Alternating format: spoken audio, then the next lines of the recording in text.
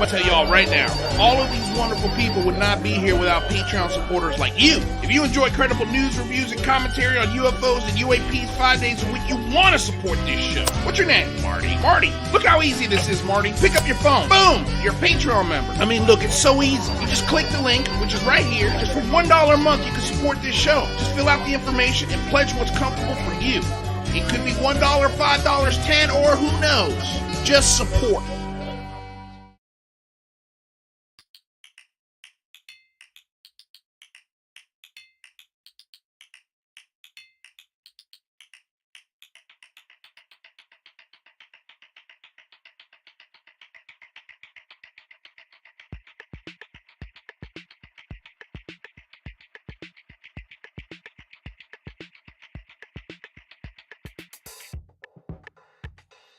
Hello, good morning, good evening, good day, definitely good morning, good afternoon, and aloha wherever you're at around the world. Welcome back to another episode, live breaking news episode of the Unidentified Celebrity Review. I am your host, Luis Jimenez, creator of the show. Thank you so much for being here.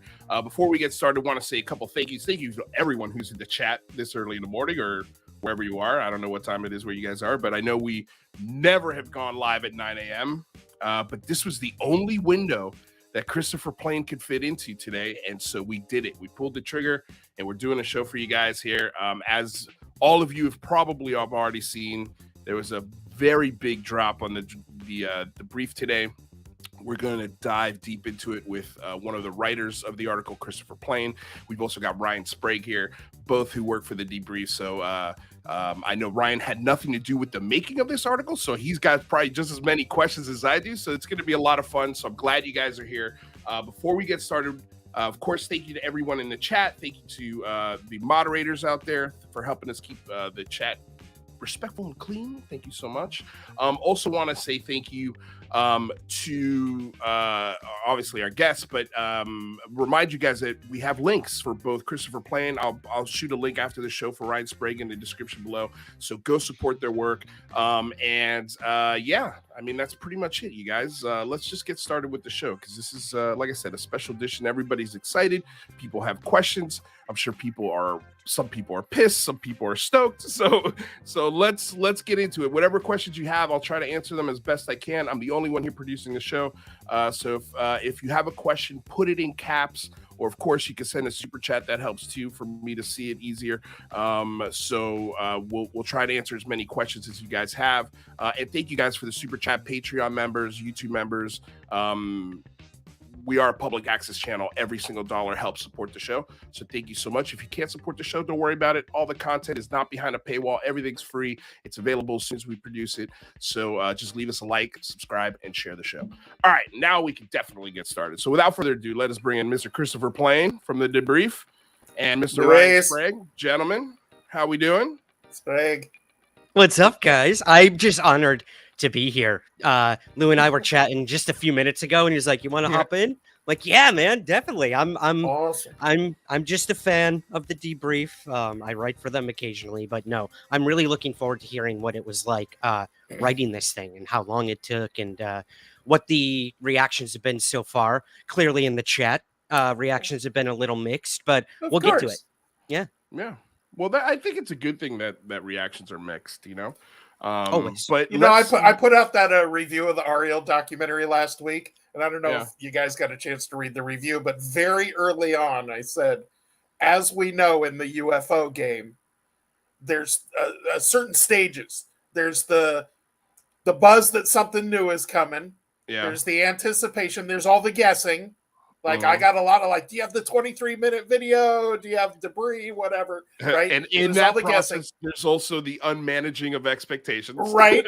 Then there's the release, followed by two distinct simultaneous reactions. This is amazing, and this is horrible. So, and I think that's fair. I do the same thing. Like, before I worked for the Debrief, on November 30th, like their opening day of 2020, I was up early reading that first big article that had been built up for weeks, and I was like, wow, this is great. And then I got to the end article, and I went, that's it? Right? Like, so there's always that, like, two halves of, like, well, I didn't get, the Roswell crash, and I didn't get the 23-minute video, so is there anything there? And then, so I think we're always expecting both those reactions. But I think there's enough meat here, and I'm tickled to talk about what's going on here, the follow-up that's happening over the weekend at this event, the scientific evaluations of these videos, some enhanced versions and digitized versions of the videos where they've done color balancing and all kinds of stuff to really show that I think we have something unique here. And then the story itself is really unique. So. And just so you guys know, if you're asking questions, I'm saving them for the end of the show, so I will get back to these. But thank you guys so much for asking the questions. Ask as many as you can, and like I said, I'll try and put bring them up at the end of the show. So I'm not ignoring any questions, but let's get into it, Christopher Plain. So, all right. So you mind if I give you the real quick background, Luis? Yes, that's exactly. How did we get this video? Right. How did the Debrief come across this? How did you and Tim and Micah collaborate on this? Because I think this is one of the first articles I've seen where 3 writers have collaborated on the Debrief. And this is. So lay it out for us. How did this all happen? So I want to go back to January. And in January, we have a couple of podcasters on our YouTube channel, Stefan Gerhardt and Josh Rutledge, and they do our Tech Talk podcast. And they've been with us since, around the first of the year. And they had only been here a few weeks. And we've got a little private, digital office. I think it's in Discord, and we've got that. And all of a sudden, one of the guys goes in there and says, "Hey, we just interviewed this guy, and he's got a whistleblower essentially from the Border Patrol who's got some video, and he wants to come out. And we think this would be a great lead for the Debrief." And of course, we all ignored it and went back to doing other things, right? So there was a period of time where there was like, boy, is this, because we get so many leads. You get a lot of the stuff that comes to you. And when you get these guys are brand new podcasters for us, and we've got a big breaking story for you. So there was skepticism at first, but enthusiasm at the possibility. So they told me this is the same guy who released the rubber duck video. Okay, now I'll admit I had no idea what the rubber duck video was, right? So really? I said, yeah, really. So I said, yeah, I'll talk to the guy, send me his information, whatever. So the guys give me the info. I guess they had just interviewed him for their Convergence Enigma podcast. And the guy I'm talking about is named Andy Marcial, I believe is his name. And he's with, so I think the reason I didn't know this is he has an Instagram account that's really big called New York UAP, NYUAP discussion. And I just don't spend any time on Instagram. So one way or another, this kind of went past me. So the first thing I did was I went to YouTube and I put in rubber duck video, right? I want the background. And what do I find, Luis, is your show, right? From October, where you, Greenwald, McGowan, Jazz Shaw, Squid, like a full crew of people that have a fair amount of expertise and background. Jazz went into like whether it would be a fake video or not, Greenwald, and I think you guys even had Mick West review. Mick might even come on if I remember. I don't remember. I can't remember if Mick came on, but he might have been in the chat. Yeah, and so the result of the video, or the result of your guys' analysis, right? So this is my intro to it. So I watch your analysis. You guys are all pretty much like, yeah, it's a balloon, right? So I go, this is the guy with the video that we're getting excited about. Let's temper enthusiasm here. I did ultimately got a copy of the actual rubber duck, watched it. I had kind of the same reaction. So it's moving in one direction. It's got that parallax, so it looks like it's going fast, but maybe not. So I had all my own kind of curiosities and so forth. So I I tell Tim and Micah and the team about what I'm working on. And they said, Tim basically says, do some triage, go out and see what's really there. So I have an interview with Andy and then Bob Thompson. Bob Thompson at the time was telling us he was not going public.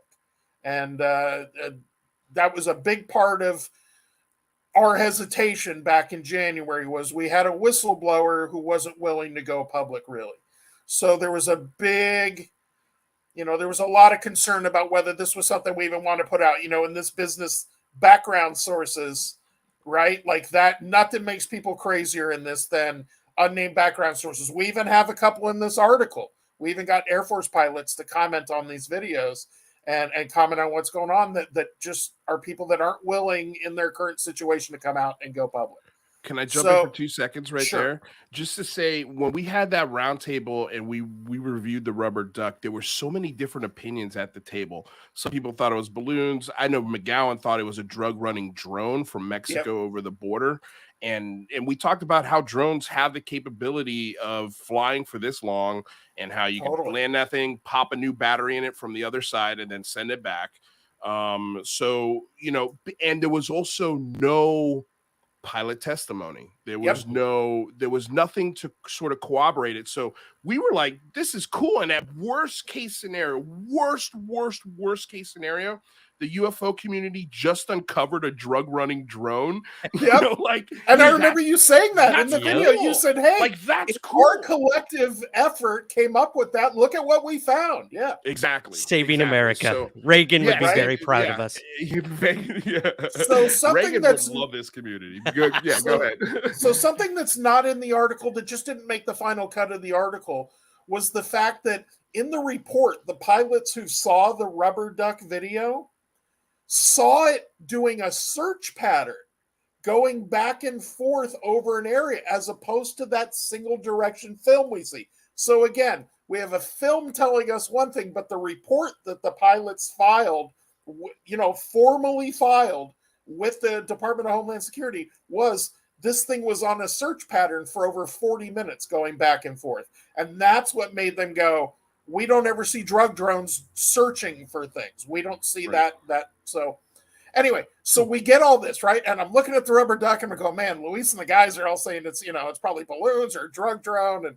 And so I said, I'm going to go ahead and talk to these guys. So I got on the phone with Bob and Andy and I spent well over an hour.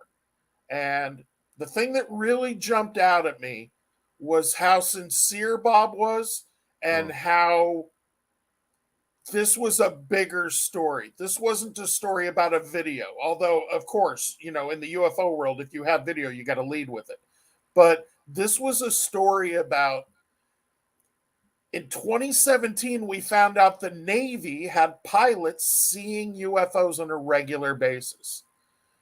This is the first big branch of uniformed service to have an ATIP-style whistleblower come out and say, we see this across the board. The DHS is DHS pilots, National Guard pilots, Border Patrol pilots, officers working on this plane. And he made sure to point out, I think Tim broke down the equipment a little bit of the article, but they're using equipment that military pilots are using. As a matter of fact, because of some of the legal logistics of it, and I don't know exactly how this works, these National Guard planes can't even have the National Guard guys looking at the screens and operating because they're military. And so like the Border Patrol has to be on the National Guard planes. So there's all of this overlap. But what this guy was telling me was there is so much of this. This happens so regularly that our FLIR operators see it, our sensor systems operators see it, pilots see this sort of stuff. And it includes observables. It includes things with, cold temperatures, but lift, erratic movements. All of the stuff that we're used to hearing in UAPs is something that he said, we're just seeing them. We're seeing them all the time. So I got done with that phone call and I called up Tim and Mike and the guys. I said, all right, here's what I got. And I said, Tim, to be honest, if there's this whole military component, Homeland Security, and all this stuff to it, this feels like a Tim McMillan article. This doesn't feel like a Chris Plain article. So I'm happy to, to do the work. And trust me, that first interview was a lot of time, energy, research to get through that step. But once I was there, I really do think we have something here. Now, keep in mind, at this point, no one's seen any videos or read any issue papers or anything. So I hand it off to Tim. And Tim has multiple conversations with Andy and Bob. And Tim comes back and says, he's legit. I verified his DHS background. I verified his, all his bona fides. This guy is who he says he is, with the Border Patrol, with Department of Homeland.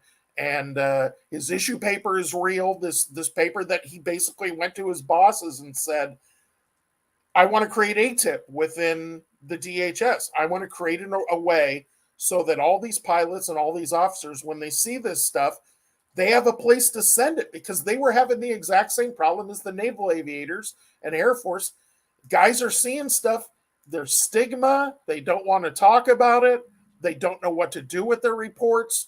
And the data lots of times just disappears. Just, radar data, sensor data, people just let it come and go, and not nefariously, but just no one reports it. It comes and goes. So his boss tells Bob, hey, if you want to do this, do it informally. Go ahead and file the issue paper. So he starts reaching out to other pilots, FLIR technicians, other people that are working in his field, and they start giving him videos. And that's where A10 video, that's where La Bruja video, that's where Rubber Duck came from. And again, keep in mind, as you said, when those 3 videos were out, there was no provenant, like nobody knew. We knew they were maybe Department of Homeland Security videos, but there was just no anything. So all of a sudden we had the guy who's saying, these 3 videos are out. I'm the one that leaked them, and I have a new one as well. So that's how we got to, and again, keep in mind, this is end of January, right? This is like 4 months ago. And we finally get to the point where it's like, all right, we're going to go ahead and do this.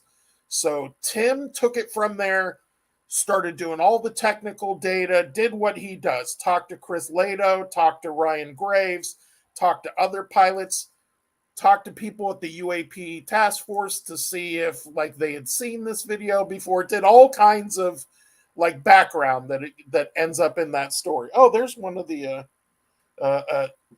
color adjusted videos. So, so it comes down, we're going to do this, right? So this Andy, he has a whole group involved, and that's the conference that's going on this weekend that is mentioned right at the very end of our article. And all of a sudden, our whole team is involved. Chrissy is working with PR people. We're working with media people. And we find out there's probably going to be an event at the end of March. So I think I was either on one of your shows or I tweeted somewhere. I kind of put out, hey, end of March, we got something really cool coming. That, just to give you a little behind the scenes, that almost blew the whole thing up right there. The people with the videos, Bob, everyone, they're like, effing Chris, man. He went out. We've all done it, man. Right? Do not You know what's funny? You know what's funny is when you did that, I was like, sounds like Christopher Plane just got himself in trouble again. Right? Oh, come on. Tim has done this too. Come on. Right? So I love him to death. What made me crazy at the time, now that I can finally talk about it, right? So I went to Chrissy and she was telling me, they're upset and they might be pulling out and all of this. And I said, I was in stand-up comedy for a long time, and I ran shows for a long time. I performed a lot of shows. And one thing I was known for when I produced shows was a full audience. And you ask anybody, I know, Luis, you're from comedy world. I know stand-up comedians that make a great living that will come work for free as long as they know the room is full. Because as a comedian, just all you want is a full room of people to laugh. The money's great. You're in it to make a living. So at the Debrief, my feeling is we're in the media business, right? We're in the business of promoting things and putting on a show. Now, granted, we're news, so we have to be accurate and we have a lot of standards we have to meet. But we are in the business of putting out information and drawing attention to that. Yeah. So I don't understand. I'm sorry to cut you off, but just no problem. Back up what you're saying here. I don't understand why the community gets pissed off, whether it's Jeremy Corbell, whether it's the Debrief, whether it's whoever, when they've been working on something for months and they want to release it on a certain day, and people get upset with this. Why? You mean us? Good Morning America does it. ESPN does it. Oh, every single major news outlet on the planet, when they're working on a story and it's done, they promote it before they release it. What is so wrong about this? Thank you, Louis. So this is what I told Chrissy when the guys were upset. I said, so remember when the last Marvel movie came out and there was no warning? It just came out on a Friday and there were no ads, no promotion. None of the stars did any video interviews on Jay Leno. The only way you can do something like that is if you're Beyonce.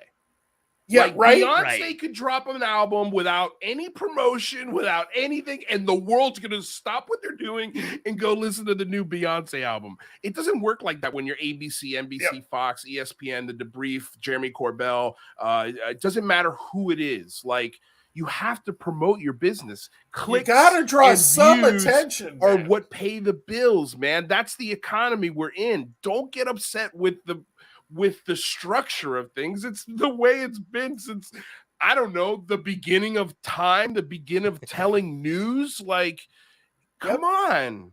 Yeah, and you know what's funny, Luis? So this is what's great, and this is probably one of the greatest things about working at the Debrief, is when all this heat came down, Tim, Micah, MJ, the guys that run the thing, Chrissy, they were all on my side.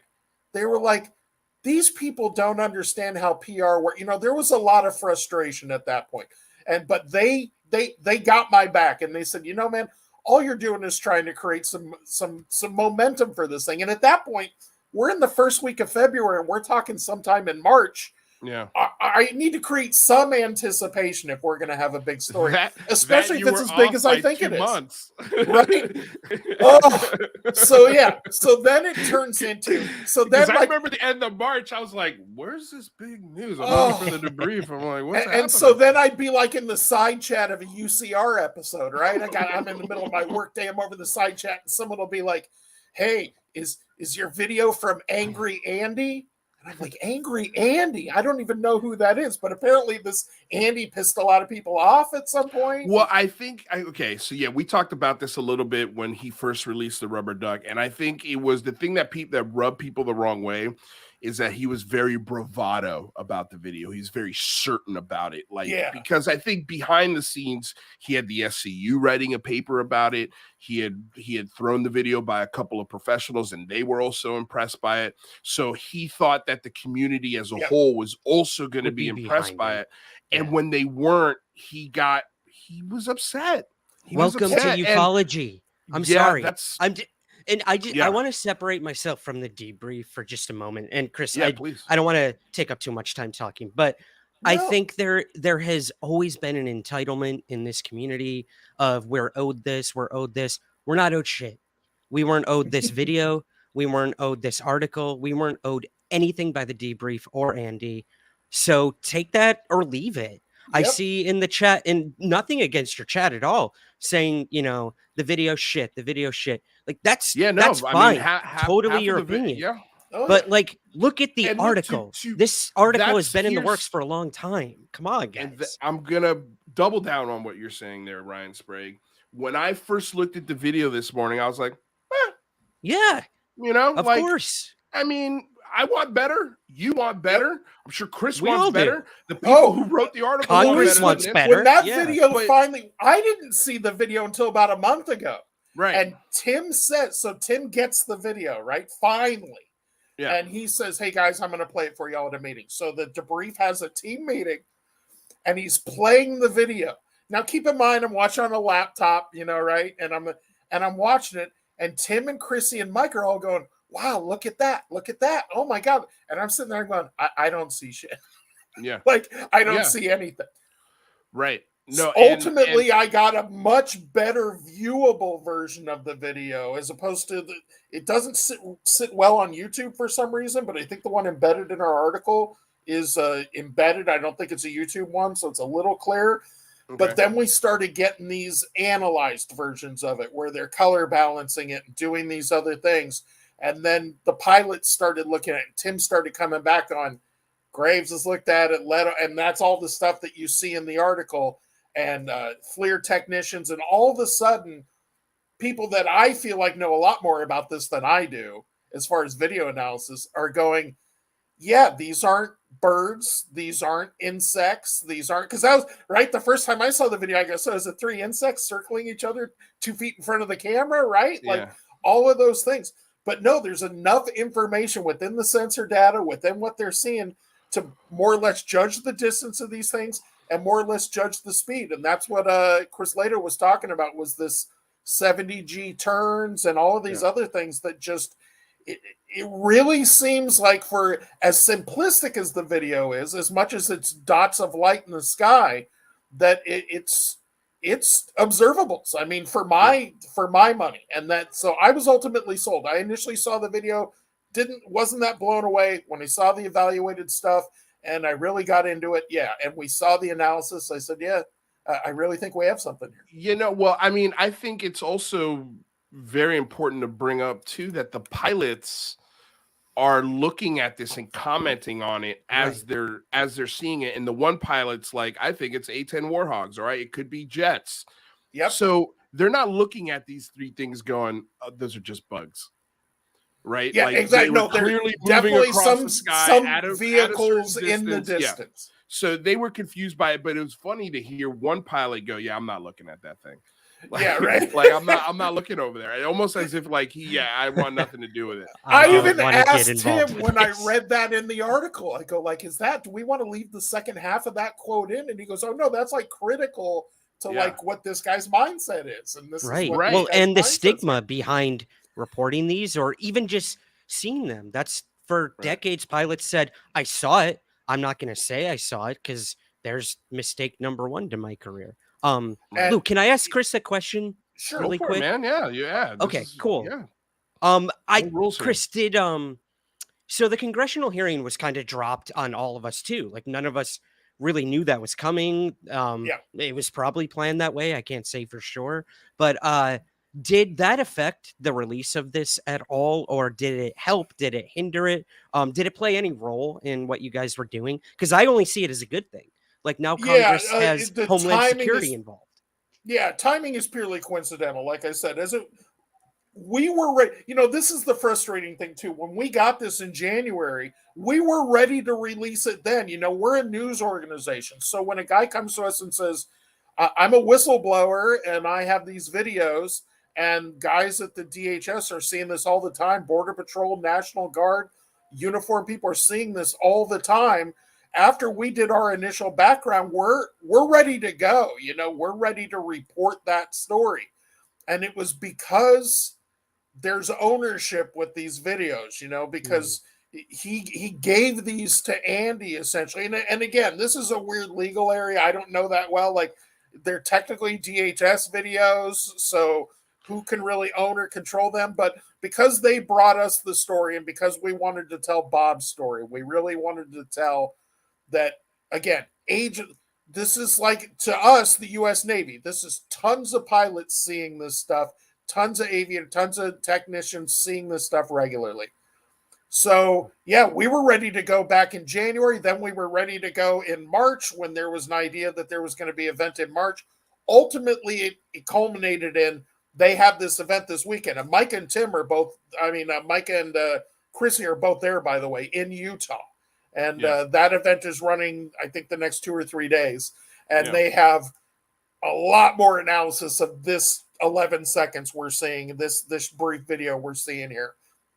Yeah, a lot more I'm scientific sure. Data, so. I'm sure more videos to come. I mean, that too. Robert even that's said the feeling. This is just the beginning. So that is the feeling. I don't want to talk to more videos coming from the debrief, although I'm hopeful and I believe that's possible. He did it. He did it again. What I would say is this, though. No, what I would say is this, ding, Christopher. I don't have anything I'm sitting on right now. If I was sitting on something, it would, I would be letting you know, because I got to build that anticipation. But when stuff like this, let me think how to phrase this. When something like this story starts coming together, and you're working on background, talking to pilots and DHS and other stuff, things come your way because of that process. Right. And leads come your way. So again, I get stuff all the time. I got people telling me they got anti-gravity in their lab. I mean, I get stuff all the time that sounds completely legit. And when you dig down to the bottom level, you go, there's nothing here. So this is hype. we have stuff that I think is going to move past that, and I think the rest of this year is going to be a good year, and not just for us. I think I was talking to the guys about potentially writing an opinion piece for the Debrief called Free Lou, and I think we've reached the point where there are a handful of people everybody is ready to hear from with their NDAs set aside.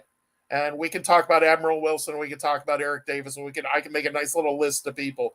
But I think that's what's happening here. I think by us reporting a story like this, and by literally as I keep saying, to us, this is a whole other uniformed service. These aren't guys seeing UAPs in the ocean, in the Gulf Coast or off the Atlantic coast of the U.S. from a Navy. This is in the continental United States. They're seeing stuff flying around all the time. And I think things are cracking. This is the congressional hearings were a big first step. I think that was a feel out. The impression I get from talking to people is that was like, hey, let's run a trial balloon and see if the public calls us nutty. See if we're ready to not be 1969 anymore. Here's what I've heard. Right. When doing stuff like this on the Hill, the first few senators to do a congressional hearing, they're literally putting their faces in the buzzsaw to see how people would politically react to this. And there wasn't a terrible reaction to the hearings. It was, for the most part, pretty positive, even with all of the, quote, real world stuff going on, or, around the world and within the United States. So it seemed like it was received positively. And I think other senators and lawmakers are looking at it going, okay, I think we can have more hearings. And the part that excites me, and people really aren't paying attention to, is just the congressional side of things. There's 8 committees that could call hearings on this topic. And that doesn't even count the subcommittees. And we're not even counting the Senate side of things. Correct. So this could work itself up to anywhere between, I think, somewhere between 20 and 30, 40, 50 hearings, depending on how many subcommittees and committees and rehearings, calling back of people. This could, I think you're right. I think, with the DHS video now coming out, and what's cool about this article is this DHS officer, essentially, Bob, made his own ATIP within the department, like without a budget, on his own free time. And they approved it. And they want him to do it. It was awesome. I mean, like when he went to a high-level guy, Luis, we're talking about a guy who just retired. We're not talking about a 32-year-old guy who's in there trying to make a name for himself, or somebody who grew up watching Ancient Aliens. We're talking about a guy who's older than me, who's like a paramedic and let me read the first. Let me read the first paragraph to give you an idea of who we're talking about here. Yeah, please do. After serving for 11 years with the United States military and a stint with the Tucson area fire department as a paramedic and hazmat technician, Thompson began his career with the U.S. Customs and Border Protection Agency in January 2008. As a federal law enforcement agent, Thompson would go on to spend the next 14 years guarding America's southern borders, ultimately earning a spot on the Tucson Sector Special Operations Detachment Mobile Response Team, MRT. I gravitated, almost right off the bat to the special operations side, Thompson told the Debrief. As always, you just want to surround yourself with the best. He said 100% out for excellence all the time. I got onto what they call our mobile response team, which is one of the 3 tiers that makes up the Border Patrol Special Operations Detachment. Within the Special Operations Detachment, the primary focus was counterterrorism, counterweapons, and mass destruction, proliferation, and drug interdiction.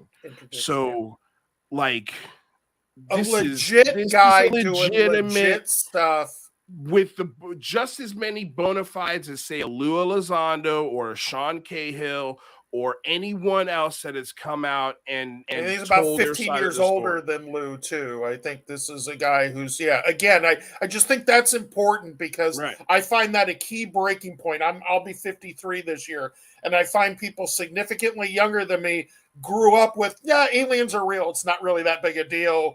It's just the government's decided not to tell us for some reason. versus an older generation that is like, you guys are all insane. There are no aliens, right? This is a guy coming from that generation who's a serious guy. Right. So you know what? Go ahead, you know Ryan. what's important too? Like the fact that he came forward. Like it doesn't matter. I mean, some people will argue it does matter who he came forward to. Specifically Andy, who I know some people in the chat clearly do not like. I will be the first to admit I was super critical of the rubber duck and the way that Andy responded. I think he was very dismayed that like I'm trying to do a service to the field and this is how I'm treated. Yeah, welcome to every day of my life and Chris's life and everyone. Like you gotta have a thick skin. Working on this story, Ryan, I had to go back and listen to my original interview with Andy and Bob from January. And in that interview, I say to him, hey, you know, I just finally got the chance to watch the Rubber Duck, and I was watching the you know, Luis's show where they were all kind of analyzing it. And I'm just being frank with you as a reporter who's, you know, you guys are talking to me about this story. It kind of feels like a drug balloon. It kind of feels like a drone from what I'm looking at. And that did not sit well with Andy. There was a point in time in that very first interview where I thought I may be losing this story just by the fact that I'm coming to it from a news reporter, that I'm not telling, wow, this is great. It's the greatest video ever. And you've got it. And we finally solved the UFO mystery. Thanks, Andy. So there was definitely a point in time. But what Bob told me in that interview and what he has continued to say all along was the thing he liked about Andy was, and I'll quote him as he says, Andy doesn't take any shit. And so I have had de minimis interaction with Andy other than that first interview. But I can tell you that Bob was a guy who was looking for a place to put it, and I think he did it the way somebody who isn't in the UFO world would do, right? He like went to Instagram and said, oh, who's the guy over here that a lot of people are following and talking to? And he found some guy whose personality matched or whatever. But it wasn't like if Sprague had video, right? He goes like, all right, I know everybody in this field. So I'm going to go to Greenwald and have him do this. I'm going to go to this one and have him do that. I'm going to go to McWest and you know, and we know all of these people, right? We know this world. I think for Bob, he's just not from the UFO world. He's a DHS guy. Thank you. And that's what, Chris, I'm sorry. That's exactly my point. Like, it doesn't matter if this came from Andy. I hope people will separate this article from the video that Andy was in possession of. Again, like, it doesn't matter what you think about him, or to some, it will. This entire thing will be framed by the fact that it was held and disseminated by Andy. That's fine. But look at the testimony from Bob. That is what is most important. I just hope people will actually read the article instead of just clicking on the video and saying this thing sucks. Fine. That's fine. Like, that is your opinion. But actually listen to what this guy is saying. This is a guy crying for transparency. I mean, look at the videos that were shown at the congressional hearing. Like, now, we never would have seen those videos at a congressional hearing if they were not leaked to Jeremy Corbell or George Knapp or this or that. And then we did. They will not release these things until they're backed into a corner. So the fact that Bob said, I had permission to put these videos out there, I'm going to do it because otherwise they're never going to see the light of day. You're not going to see this video from the helicopter in a congressional hearing unless I get it out to the public first. They're just not going to do it. That's not a thing. So now it's out there, and now we can have the real conversation, and maybe this story will end up in a congressional hearing. But again, I just hope people will separate Andy from what was said. And that's nothing against Andy. I have no personal opinion about him or his work. I'm actually going to be interviewing him. Are you? And publicly apologizing to him for being so harsh. Again, I can see the passion, and maybe that's because he's a New Yorker and I am too. And that is for sure. I can tell you in the interview I had with him, very passionate and very authentic in his feelings about this. This is not somebody coming in. This isn't I've openly criticized Stephen Greer, so I'm comfortable doing it, but this isn't a Stephen Greer coming in to cash in. He's not making any money on this. He's not making any money on this event they're doing. Yeah, what are all these people saying? Andy brought it to us because we're a news source I don't get and said, you guys are a news source. Will you put out this news? And I think what you're saying is the most important thing to keep in mind here, Ryan, which is the story is the story no matter who puts it out, whether it's Andy or the Debrief. I know the weirdest thing for me is I know there are people that don't like me that I've ever met. I've never met them, but because I work at the Debrief, I'll get things on Twitter. It's like, you work at that fake news place, whatever. I'm like, damn, all I do is research stories. It doesn't feel like fake news. And then I go, dude, they're not talking about you. They've either got some beef with Tim or beef with Mike, or they just don't like the Debrief name, whatever. Or they don't like the poster behind you. Yeah, like, it's but insane right, exactly. My go, Revenge of the Jedi poster. But yeah, the truth is, the story is what matters here. That's why it was so intriguing. That's why we were so excited. And I can tell you, when Tim came back, when he did all the background on the guy, and he had a long interview with Bob and Andy on the phone, and Tim came back and said, yeah, we have something here. I was pretty geeked, man. Like, it's fun to be in the middle of putting the story along, even if it's not our story. So yeah. So and look, this is a conference. Yeah, it's a conference, but there's going to be money made. I see people arguing that too. He's not making money. Yeah. He's at the conference. Welcome to UFO conferences. Welcome to ufology. Well, here's what I want to make people very aware of is the prices of these things. So the general admission Friday through Sunday is $129. That's pretty reasonable for a 3-day conference. $129 is not a lot of money. Individual day tickets are $50. If you only want to do one day, that's still very reasonable. And then you could do live stream access. So you can see all of this for $70 from the comfort of your own home. Wow. And then they have VIP tickets, and this includes reserved VIP seating, meet and greet with speakers, Saturday night dinner and concert, Sunday night dinner, Blind Frog Ranch tour, Disclosure Symposium t-shirt, and a YouTube video with Carl the Crusher. So, guys, like, events cost money to put on. Like, they got to rent places, they got to get food for people, they got to fly people out to these things and pay for their hotel, because people are not going to drop their own money to go speak at a conference. That's not the way conferences work. They've never worked that way. And if a $300 price tag for a VIP ticket pisses you off, go look at how much Stephen Creer costs for a VIP ticket, or go look at, if you just take it out of UFOs, go to any major university and go look at a speakers list of people that they pay to come speak at their universities, and go look at some of the prices of those speakers and what they get to go speak at a university for a couple of hours. Like, this is nothing new. And if this was a $1,500 ticket, I think I'd be right there with you guys going, yeah, that's BS. There's no reason for a $1,500 ticket. But $300 ticket that's the same as a music festival. That's the same as an art festival. That's the same as a food and wine festival if you got 3-day VIP tickets. So this is a very reasonable price thing. And if it happens to be that this symposium is where they're releasing this information and where they're talking about it and where they're analyzing it, and if they planned it, again, that's how media works. Like, I don't understand why you guys are taking that and saying, well, here's my red flag, they're charging money for it. It's like, I'm sorry, like, this is not what this is. Get the F over it. I can tell you every conference I've spoken at, Lou, or like gone and sold my books at, or been paid a speaker's fee. If I handed all of that profit over to my accountant, they would say, dude, you're still like $50,000 in debt, according to taking time off from work and traveling around the country interviewing people. Like, I understand. Like, I see Kurt specifically saying, then don't say they didn't make money. Okay, fine.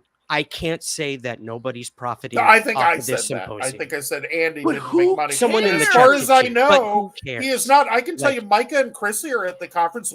They're not getting paid. Exactly. They're appearing there. They're not getting paid. A lot of the time, it's just to even break even, which is also very rare. It bothers the hell out of me when people get irked. I don't know what the plane flights were to send Chris. Hold on a second. Yeah, I get paid for this channel. Okay, I make. And I've been very transparent with how much I make on this channel. But if you divide how much I make on this channel by the amount of hours I put into it, I make like less than $1 an hour. So who are you to complain about me making money off of this And I'm not. Like, it's so far from that. Do I pay bills? Yes. But this show is a bill on itself. The cameras, the rights to stream you have to pay for. The website. There's so many things that you guys just do not think about or know because you've never done this before. So if people are planning for months to do an event where they can recur some of the costs that they've put into this, I don't care. When I care is when they're telling you this is fact, this is truth. Here are the secrets that are going to reveal at this symposium for $3,000 a day. Like, that's when I get upset. When it's stuff like this, where the costs are normal and the people that are holding it are trying to do their best job, like, it's not going to bother me. It's not going to bother me at all. And I don't know why some people, I don't say you and just put a blanket over my entire audience, but this is what should not bother you. Like, if these guys were out here saying these 3 videos proof that extraterrestrial life is real and that we're definitely being visited, then all of those concerns you guys would have, I would also have, and I'd be asking the same exact questions. But let's wait. Like, the footage is out. I can't wait until Mick West gets a hold of this and starts looking at it. I mean, we're going to get different versions with enhanced video. I agree with you. I played the video on here. It doesn't transfer well to this live stream. No. I've got the link. And if you watch it on your phone, you'll see nothing. You'll see nothing. I put the link to this to the article in the chat here, so, and I'll also link it in the description below when the show's over, so you guys could go look at it for yourselves. And like everyone here on the panel said, like, at first, like, meh. But when you have to read the art, they put a 4,000 word article, so just set aside about 15-20 minutes if it takes you that long to read it. But read the article, because the article is the 7-layer dip to the nachos on top. And quite frankly, Luis, part of my fear in promoting this ahead was this promotion of new video. What we were trying to get out at the debrief is we have a big story. And in the last 48 hours, it turned into the debrief is releasing video. Don't get me wrong. I think the video is amazing. And once you really get into it, like I said, once they're done with this conference, I think all this analysis will be publicly available. I don't think they're going to hold it, and you're going to have to pay $8 to stream it or something. All that extra stuff that they're charging for at the conference, I believe, ultimately be available.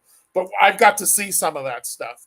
And it really does. It brought it home for me. Like I said, I was the guy who looked at the video initially and went, I don't see anything. I see a couple of dots.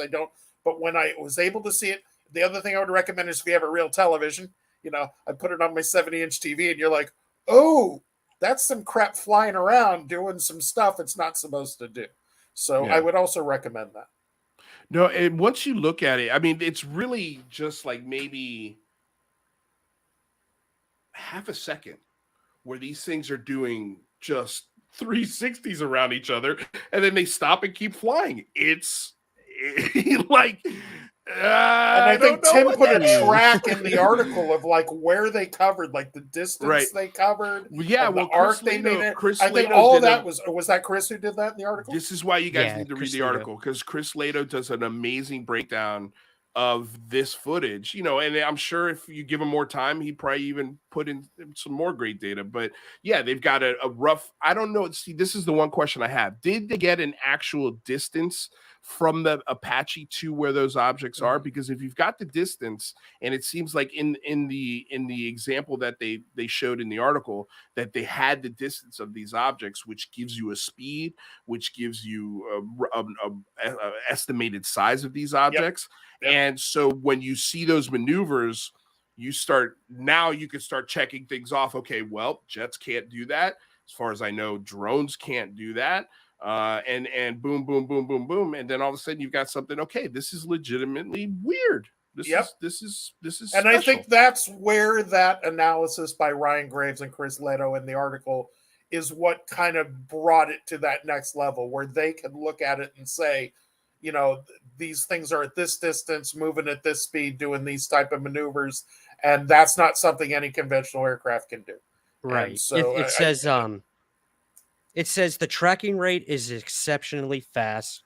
Even if they are only a mile away, I calculate they go approximately 1.28 m, well past the speed of sound.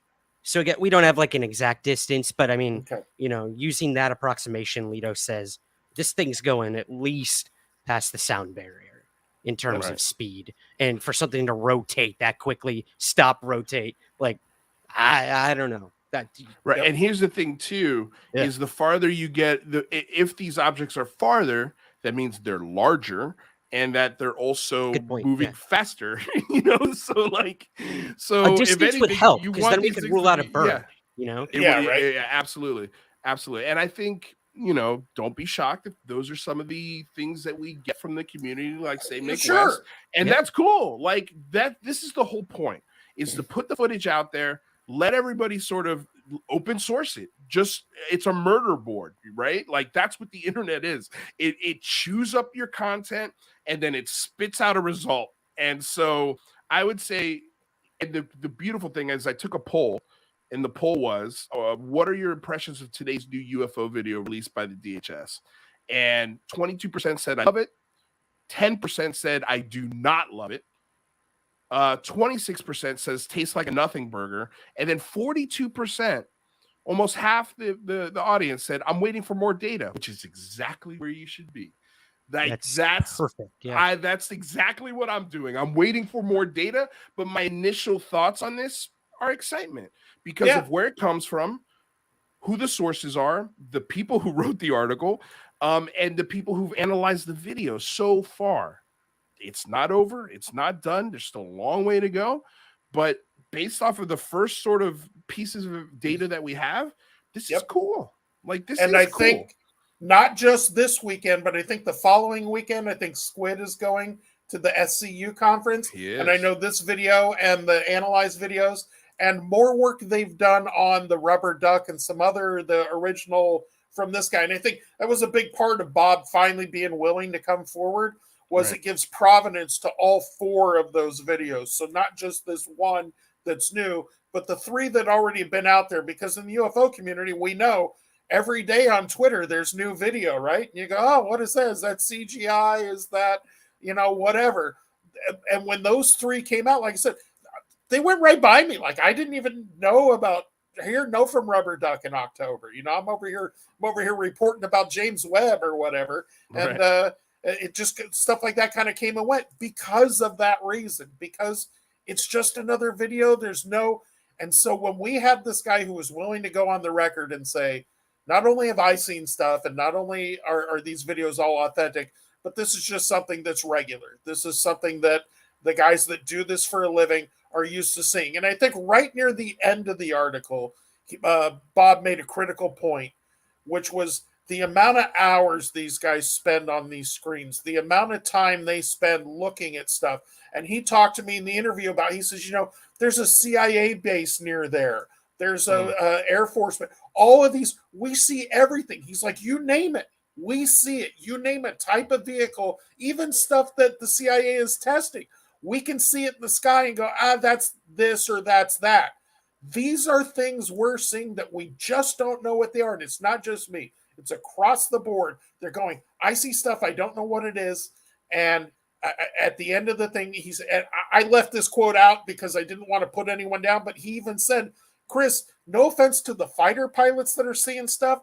He says, my guys that have to do this for 8 and 10 hour shifts on the border, I've watched 10 times as much video. I've watched 10 times as much FLIR material as any fighter pilot. Right. This is what I do all day. The people that I work with, this is what they do. And they're telling me we're seeing stuff, man. Well, that's just funny. Like 12 hours in a plane looking at desert, looking at border. So yeah, like in the article, he, like you just said, he explains, like, I can tell the difference between a jackrabbit, a deer, a human, trucks, drones, planes, like they, He says we see humans being smuggled. He says we see but they're so doing many it for types 12 of hours drones. a day. He said they'll send drones because they want to smuggle a bunch of humans here.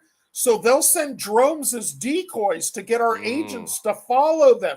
They'll send 2 drones with people running underneath them so we can smuggle a truckload of drugs over here. Because we see every version of, like you said, jackrabbits, quadcopters, military surplus drones. Because you just name it, we've seen it. There's nothing you don't see at that DHS job out in the sky. And he named all types of military and civilian craft. And he said, when you see rubber duck or you see these other things that we're seeing, he goes, these are different from those. Even rubber duck, which again, when I watch it, my first impression is drone or balloon.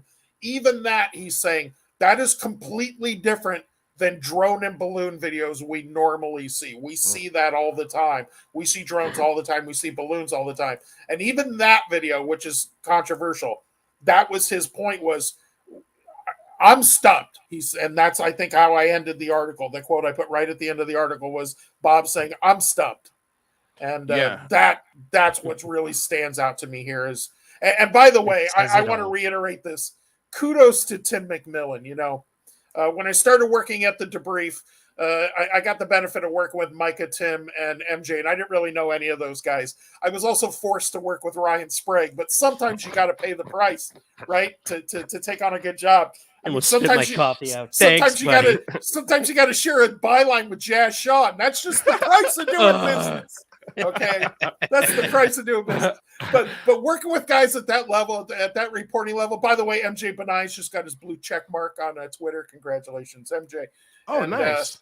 Yeah. Why is John Greenwald not getting his damn blue check mark? Like, none of us have it at the Debrief either, but MJ's doing that podcast for Sony. And, you know, you got to know somebody. He's doing that podcast for Sony. I think Sony just pulled some strings. Oh, well, there you go. Got on the phone with Twitter and went, hey, and Elon Musk went, yeah, sure, no problem. Well, also, I know MJ is like actively participating in that Discovery show as well. Yeah. So that's, you know, I think Twitter's very high on, oh, you're doing a TV show now? Okay, yeah, no problem, blue check mark. You know, but if you did one 10 years ago, they're like, not so much. Yeah. Hey, so anyways, the point I was going to make chat is, too. Sorry. Oh, okay, great. I don't know if who's in the chat? That matters. Andy. Oh, okay. UAP Andy's discussion. Oh, he said nice. the validity of rubber duck will be discussed at the SCU. He also said the video, and I don't know if he's speaking about the one released today, is actually from the Army National Guard. I don't know if that was pointed out in the article or not. But yeah, so I thought that might be National Guard flights. So that okay. The plane is a National Guard plane.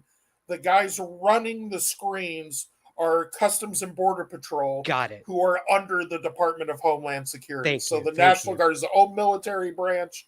Then they work in conjunction because, like I said, there was a legality thing about National Guard troops patrolling American territory, looking at them on screens and stuff. So they have to have these CBP, Customs and Border Patrol agents on there. And so that's how you end up with these kind of mixed crews of DHS, Border Patrol, and National Guard kind of all together.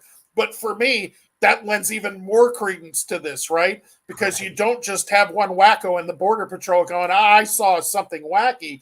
You have guys in the National Guard, you have guys in the Department of Homeland and Border Patrol, but all feeding stuff to him. And to the point that, like we said, he tried to create his own ATIP within the DHS. And they have not answered back Customs and Border Patrol to debrief requests on whether or not they're following through with that.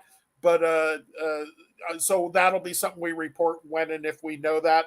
But Bob's impression when he retired, which just happened in January, was that was something they were following through on, that they were putting in the procedures for pilots and everyone to report. And that was the most important thing, was these guys, the stigma and the ability to report.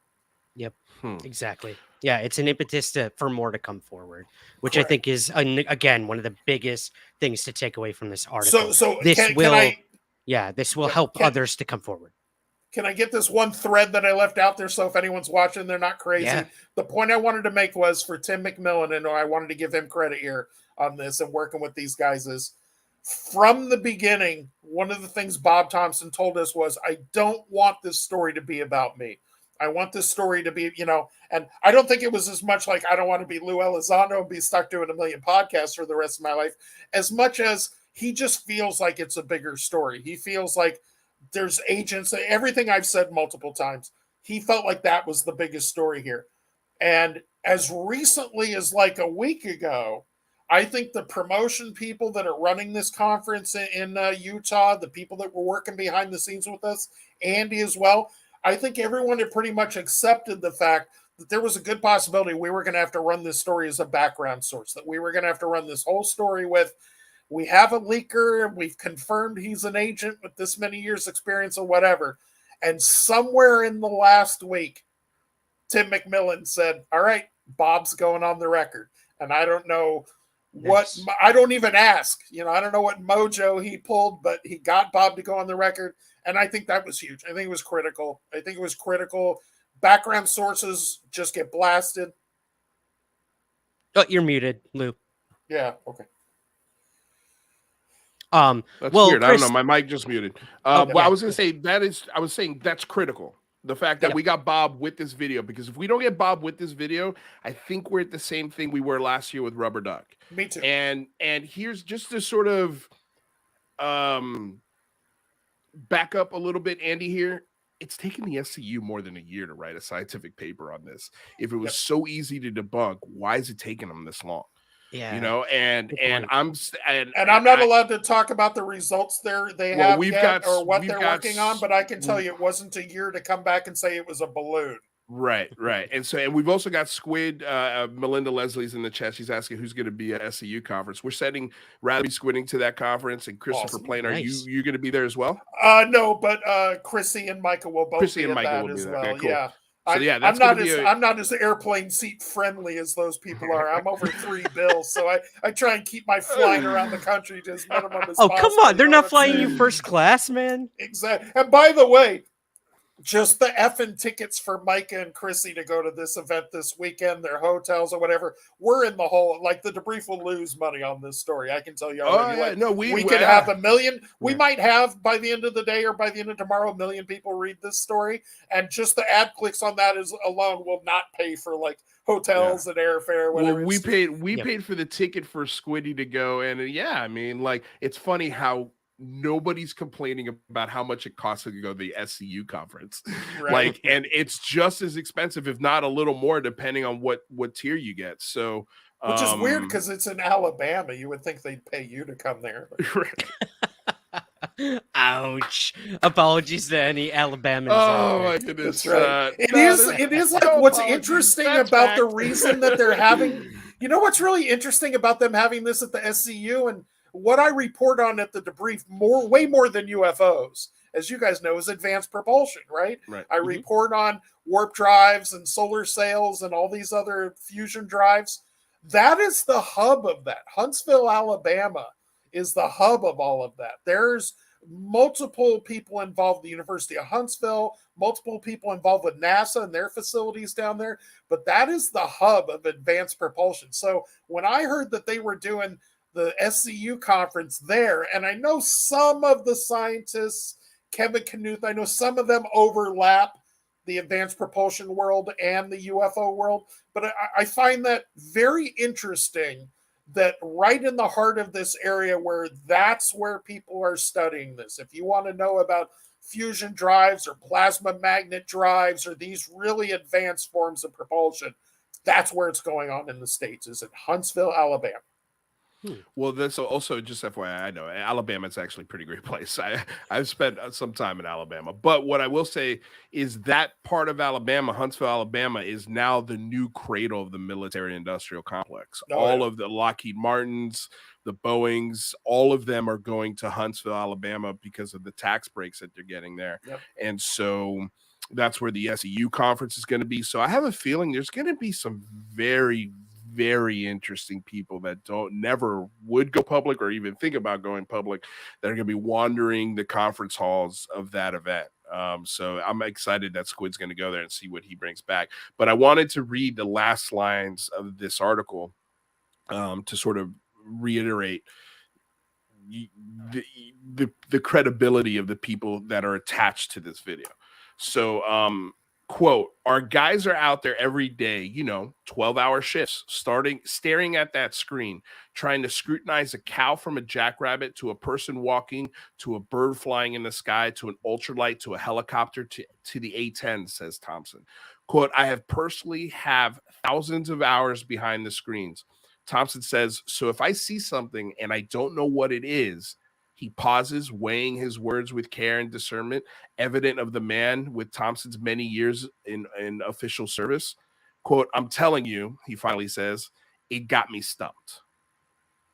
So, again, sometimes when you're interviewing a subject, Luis, I know you do live interviews. A lot of my interviews are beforehand. I'm interviewing somebody with the story in mind, and they'll say something to me. I did a story about the anti-gravity club or whatever, and the guy told me in a text message, he says, not everyone at APEC plays with Star Wars dolls, just most of us, right? And right away, that is the end line of my story as a writer, when you hear it. And when Bob told me that quote, and he had that long pause, and he was really like that you can tell when somebody's really trying to put it to words. He says, man, I'm just stumped. I just knew right there. I told Mike and Tim, I said, I think we have the final line for the story. So, let's go over some questions, and I'm going to let you guys go and get out of here because I've got somewhere I got to be at at 11. 3 more interviews today. So yeah. So all right. So Swink McLeod with a $5 donation. Thank you so much. Says, do we 100% know the distances of the objects? Looks like birds or insects closer to the camera lens to me, but I want to believe.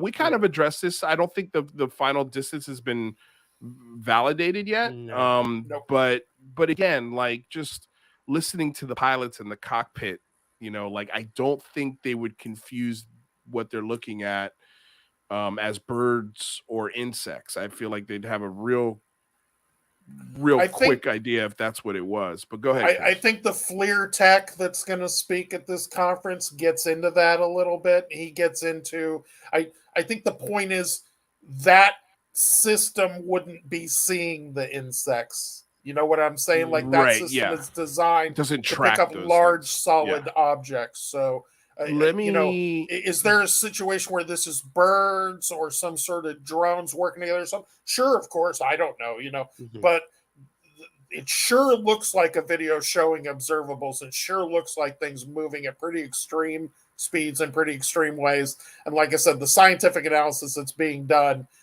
ultimately all that comes to the top. But what I'm hearing behind the scenes, what everyone's telling me is thumbs up, not thumbs down.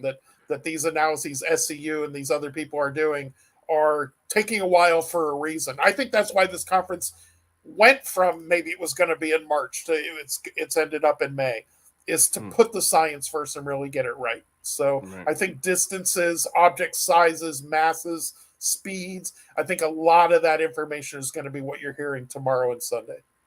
Do you know if these objects were viewable without, say, the helmet? In this particular video, no. But you know what's interesting, and there's a quote that got left out of this story too, is the rubber duck video. The guys couldn't see it, and the pilots couldn't even see it with night vision goggles. Right. And I don't know if that made the article or not, but yeah, they couldn't even with night vision goggles. They couldn't see it. I don't remember reading that. They would look at it on the screen. They would see it there. They would look out with their night vision goggles, and nothing was there. It's pretty common. Yeah. Or vice versa. Yeah. That's very exactly. The equipment's picking it up, or the eyes aren't, or vice versa. Yep. Yeah. You're seeing something, and then you go to your radar, and it's not there. That's a UFO, a common UFO theme for sure. So Kurt Cocaine, I just had the hilarious name. Had to say he said to put up a poll, so we put up a poll. We'll read it again at the end of the show. Baby Goat, might the two videos be connected? And I'm thinking Rubber Duck and this video, are these videos connected? How far apart are these videos? Are they connected just by the one source? I think the connection is Bob. I think that's the point. Is when he was able to write that issue paper and get the okay from his boss to essentially move forward with this, he started reaching out to, but as he said, as much as me reaching out, the word got out that I was the guy to bring this stuff to, because again, stigma and no reporting process created a situation where guys that saw stuff just had nowhere. So all of a sudden they had a guy that worked with them that they could call up and go, hey, I saw something. Hey, I saw something. And that's where all 4 of these videos worked their way to Bob. He was not on the plane for any of these videos. He's been on that same plane that the newest video and the rubber duck were shot on. And he knows the guys, like he says, the people that physically handed me those videos are still active duty, so they won't go on the record and talk about it right now. But them handing it to him is them going, I don't know what this is, man. Well, I got to say, I think we got to go back to Miraculous May. Like, this has been a killer month of UFO data.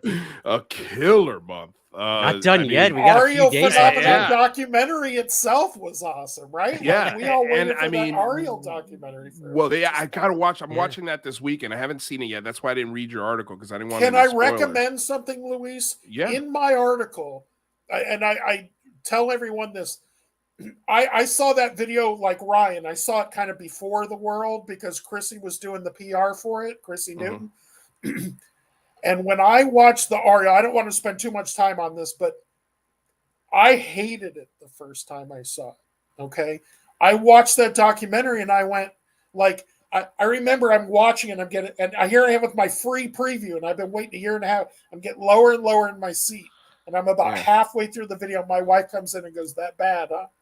And I go, "Yeah, I don't like it." Wow. And so I expressed these concerns, right? Now, this is well before I wrote the review. So then Chrissy sends me this press kit from Randall Nickerson and the company behind the video. And in this press kit was what I was missing. Excuse me, I'm going to drink some water here. Yeah. If anyone's interested, I did interview Randall this past week too on my show. That's the only shameless plug I'm doing. Sorry. Plug away. Yeah. It was one of my favorite interviews to date of Somewhere in the Skies. So yeah, I thought I'd just squeeze that in there. And it was an excellent interview. I watched it, by the way. Oh, thanks. So, of course, Ryan. That was all. What am I going to do? I typically what I do is I listen to your guys' shows while I'm working because it makes for a perfect background. So there you go. Although every once in a while I got to flip over and just look at Luis because he gets those looks where he's like, I know his reactions are priceless. It's better. Hey, it's better than people telling me that they fall asleep to my show. That comes off as a compliment, but deep down I'm like, am I really that boring? But anyways, I realized what was missing from the Ariel documentary for me was the first time I watched it was I felt totally disoriented the whole movie. You'd see clips of people. You go like, when is this from? You go like, well, I know the incident happened in 94 and we're now talking to a student, but they look like they're only about 25 and they were like 11 at the incident. So that would be like 2000. Like there was a lot of guessing. And then I think I wanted this like forensic analysis. I wanted him to go in and go, all right, there's 62 students. I reached out to all of them. 45 were willing to talk to me. 33 gave me the following statements. 10 of them said that, I wanted this like forensic analysis. Well, as it turns out, he did all of that. He just didn't include it in the movie. He included it in the press materials. Wow. So if you get a chance to watch the movie, or before you do, if you read my article, there's no spoilers in my article. So you're not going to read anything in there and it's going to ruin the movie for you. But what I did was I put a paragraph in there and I said, thankfully for Debrief readers, this information was in the press kit. And I went in there and explained. I did X number, all from Randall. I did this many trips to Africa. I spoke to this many students. Key things like none of the students in 2022 or in his recent interviews say it didn't happen. Right. None of them. No teacher. Nobody's changed their story. Yeah. Nobody's going back on it. The only person that has changed their story was one teacher who didn't believe the kids back then and believes them now. And he puts that in, but that's all in the press kit. And I'm going, so then once I had all that in my head, I went and rewatched the movie and I was blown away by how good it was. I was like, oh my God, this movie makes... So if I were Randall Nickerson... You would have put that in there. 2 minutes, 3 minutes at the opening of the movie, a couple of screens, like, here's all the research I did. Here's the people I talked to. And then my last line would be, And this movie is the result of all that research. Yeah. Or then you sit back and watch it like extra features or something, maybe. Yeah, and so Chrissy's told me he's got so many hours of footage. He's got so much material. I think it's inevitable that more comes out of this. There's gonna be an extended version from what. But yeah, if you're thinking about watching the video, Luis, or anyone in the audience who's thinking about watching Ariel, it's excellent. Once I had that information, but I'm saying that for that the same reason people were excited and disappointed with today's Debrief article. Right. Is an expectation of something and then the reality of what you get. Right. And when I saw what Randall had done with the research, I went, why is this not in the movie? Because if he would have given me that right at the beginning, I would have been so satisfied with the movie. Instead, the whole movie I'm waiting for, well, how many kids? Because sometimes you come away from the movie going, did he only talk to this one woman? Like the one Emily that he follows the whole thing? Like, is all of this footage from Josh Gates and James Fox from their specials they did on Ariel? Is any of this his own footage? Like, I just felt so disoriented through the movie about the technical stuff. Because again, I'm a science writer. That's what I write about. Right. From a human story, it's just an amazing documentary. I'm the complete opposite. Yeah. Right, Chris. I'm like, everyone knows my ufology is the human side of it. So I was on the other side of the spectrum. This film spoke to me and resonated so much. It was the journey of specifically Emily. This turned into a Ariel School review episode. No, sorry, fine. Everyone. That's fine. But I respect that because you do look at things technically, and that's understandable. So I'm hoping in future versions, I know there's plans to distribute this on streaming services. We won't go into the background of why it was released the way it was. Randall does touch on that in some interviews. But that's not it. It's not going to just lay on their website and rent it. There are future plans for this on major streaming platforms.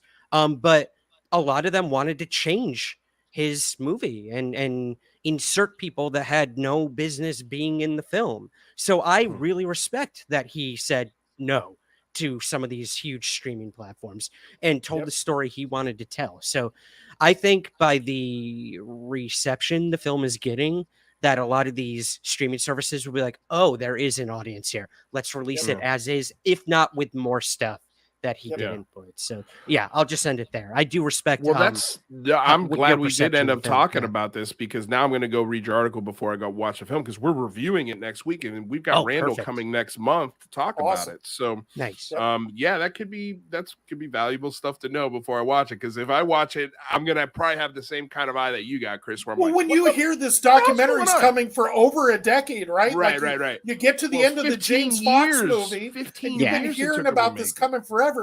That's what I'm thinking is I want like a congressional special investigator report, right? Like I talked to this many people. This is what they said. I wanted a forensic, detailed, get in the nuts and bolts of it. And instead what we got was this Ryan Sprague human journey. Which I don't give a F about that stuff. Yeah, right? Exactly. And that's why it's great. That is why this episode right here, these three dorks right here talking today, that's why that's perfect, because we really do represent. I'm coming from because you guys know I don't write that many UFO stories, but I do when there's a scientific angle on it, and Ryan's you don't write about UFO person in the UFO community. You don't write about UFOs. You just promote the hell out of them. That's right. That's right. Hey, I know where my bread is buttered over at the Debrief. There you go. Kristen Thompson, friend of the show, and also the creator of UAPDB.com. If you guys don't know what that is, it's a website that takes every article, every interview, everything that has to do with the topic of UAP and UFOs, and it's all put on one website for you, so you don't have to look for anything. So if Ryan Sprague has a new article or show that he drops, it's posted on UAPDB. If I do, same thing. If the Debrief, if Andy from that UFO pod, anything, any news, anywhere, this should be like the first place you go every day, because you don't have to look for it. It's all one place. But he says, thank you for your research from the team at the Debrief. Best regards from Christian at UAPDB.com. Thank you so much, Christian, for the support and the donation. You truly are the man. 5x5 News says, remember pilots have actually steered clear of a UFO because they thought they would hit it. It being Venus. Yes, pilots screw up. Agreed. I don't think anybody's saying that. Pilots screw up all the time. But this is infrared footage. They're not making that up. They're not just seeing it and telling the story. There's layers to this story. It's not just a video. Yeah. Right. It's not well just for us testimony. it was never like I'm saying at the debrief, we were going with the story before the video was even available to us. We were just going to run the story that DHS officers and National Guard, much like the Navy, are seeing this stuff regularly, and they're creating their own internal mechanism for the guys to report it. We thought that was huge. Again, like this changing of the stigma, this changing of the landscape that UCR and Somewhere in the Skies and places like this contribute to so dramatically. We have the opportunity to report it on the debrief. And when that's happening, when we can actually come out and say, hey guys, your work is working, like the progress is happening. Now the DHS is looking at putting these procedures in place, when 2 years ago, the idea of even the Navy putting the procedures in place was just a discussion, right? So to me, I appreciate that people appreciate the research. As I said, just like you, Luis, the amount of time that goes into this, just like you, Ryan, versus the amount you actually get paid, it's a money-losing proposition. It's got to be something you're interested in doing, interested in reporting on. Now, I do get paid to work at the debrief, and so I do get paid to write. But something like this, I probably have 120 hours into this story, and it's, going to represent one story we put out on one day. Yep. Yeah. And I also just want to say, well, first of all, I want to say thank you to Dr. Dadfar. Thank you so much for the $20 donation. Next time I ask a question. So appreciate it. And then, Five by Baby, I always like to answer the critics of things, so that way nobody ever thinks we're trying to ignore things. But I'm very concerned with the people who cannot figure out what these are. 1 out of 144 is not a good number. Good point. I would say all it takes is 1 out of 144 to be extraordinary for this to break wide. It just takes one good video and corroborated video with the pilot. I mean, it's only going to take one to convince the world, especially for people who have seen these things in real life. Like I think the biggest want for experiencers, and when I say experiencers, I mean people who've just seen them or people who've been in them, the whole gamut. For experiencers is that they want something to show people, to give them the same feeling of confusion and wonderment and fear that they got when they had their experience. They just want them to sit in their shoes for, even if it's for a minute, just sit in my shoes and contemplate the things that I've seen for a second. And I think that's what every experiencer wants, is just that piece of evidence that says, God damn, thank God I'm not crazy. And now you guys can sit in this feeling that I've been sitting for however long, you've had that experience under your belt. So what's interesting, Luis, since even in the time you've been doing this show, think of the people that have come and gone, like our good friend Mike Mataluni, right? Like, but not just Mike, but just think of the people that come into this since 2017 with enthusiasm, excitement, the right attitude, and at some point go, I always thought this big answer was coming. I thought this big conclusion was coming, and they go. The point you just made, I think, is critical for people in Ryan's boat, for people in my boat, for people that at some point in their life saw something. This story never goes away. This is with you for your whole life. This is something that you always think about. I know I've briefly discussed my experience, but I was 8 years old when I saw something. I haven't seen anything since, but I know what I saw, and I was old enough to process it, talk to the other person who was there, and that's why I still haven't come out really publicly with the whole story, because that person just doesn't want it discussed because of their life and where they're at. But I was joking with MJ about this once at the debrief, and he was in our group chat one day. He goes, man, some days I just hate UFOs. And I go, me too, but I will never be able to let it go. This is never a story that I will stop following. Yeah. No, once you see one of these things, it's like a sore at the top of your mouth that you just can't stop tonguing. Like it's just not going to go away, even if you leave it alone. It's why my favorite clip on the UCR channel right now, it's still up there, is playing a Stick With It or whatever with a Tim McMillan. Oh, stick with it, move on, or bullshit. Yeah, exactly. Yeah, and you guys have played the whole game with him on the show, and then a little later in the show, you got my question up about the triangle. And when you edited the clip together, you kept that on there. And I just love the look on Tim's face, because this is our regular discussion, because this is what I saw. This is what I tell people all the time. When I was 8 years old, that's what I saw, was that triangle. And so when I saw that picture in the debrief, I've been hounding Tim ever since. I'm like, get a brother a copy. I just need to know I didn't hallucinate that crap when I was 8, right? Like, let me see it. So I'm on him all the time. So I love that clip, by the way, that you guys put that up there. And the look on Tim's face where you go, we got a question from Chris. Well, that's why we put it up. Stick with it. And he knew what he was doing. Oh, it is so great. Just love that moment. I love when you put your fellow coworkers in a complete, throw them. I don't want to say throw them under the bus, but you definitely push them in front of the train. Fuck yeah. F yeah, man. Let's what are we talking about here? We're talking about either the most advanced piece of technology humanity has ever made that is run by some secret government program or some Chinese organization, or something that's not human. Whichever version of this final story we end up with is completely insane. So whether China has developed anti-gravity technology, whether we've developed a drone that can fly 200 miles an hour against the wind while rotating without any means of propulsion and cooler than the ambient air temperature around it. I mean, so many amazing things that, I love it. Well, I just got to say, and I think we'll end here. Thank you to Robert Thompson.